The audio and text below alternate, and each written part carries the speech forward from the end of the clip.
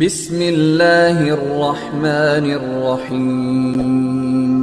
پیارے دوستو، دور جدید کے بڑے فتنوں میں سے ایک فتنہ الحاد یعنی خدا کے وجود سے انکار ہے۔ آج کے سائنسی دور میں ایسے لوگوں کی کمی نہیں جو اللہ تعالیٰ کے وجود سے مکمل طور پر منکر ہیں، اور وہ ہر بات کو عقلی دلائل پر پرکھتے ہیں، اور وہ یہ دعویٰ کرتے ہیں کہ اس کائنات کو تخلیق کرنے والا اور اس نظام کو چلانے والا کوئی موجود نہیں۔ لیکن آپ کو بتائیں کہ یہ فتنہ کوئی نیا نہیں ہے، بلکہ اس کی تاریخ اتنی ہی پرانی ہے جتنی کہ دین اسلام کی تاریخ ہے۔ چنانچہ آج کی اس ویڈیو میں ہم آپ کے ساتھ الحاد کا ایک ایسا واقعہ شیئر کریں گے کہ جب اللہ تعالیٰ کے وجود سے انکاری ایک شخص نے مسلمانوں کے سامنے چند سوالات رکھے کہ اللہ تعالیٰ سے پہلے کیا تھا اور اللہ تعالیٰ کو کس نے پیدا کیا، لیکن اس وقت جب بڑے بڑے علماء کشمکش میں مبتلا تھے تو پھر اللہ تعالیٰ نے صرف ایک 11 سال کے بچے کے ذریعے اس شخص کو کیسے ذلیل و رسوا کر کے رکھ دیا۔ دوستو، اس 11 سالہ بچے نے بظاہر ان مشکل نظر آنے والے سوالات کے کیا جوابات دیے، یہ سب تفصیل سے جاننے کے لیے ہماری اس ویڈیو کو آخر تک ضرور دیکھیں۔ پیارے دوستو، ہمارے پیارے نبی حضرت محمد صلی اللہ علیہ وآلہ وسلم یہ بات جانتے تھے کہ آنے والے زمانوں میں یہ فتنہ ضرور سر اٹھائے گا۔ چنانچہ صحیح مسلم میں حضرت ابو ہریرہ رضی اللہ تعالیٰ عنہ سے روایت ہے کہ آپ صلی اللہ علیہ وآلہ وسلم نے ارشاد فرمایا، ہمیشہ لوگ ایک دوسرے سے سوال کرتے رہیں گے حتیٰ کہ یہ کہا جائے گا کہ فلاں چیز کو اللہ تعالیٰ نے پیدا فرمایا ہے، تو اللہ تعالیٰ کو کس نے پیدا کیا؟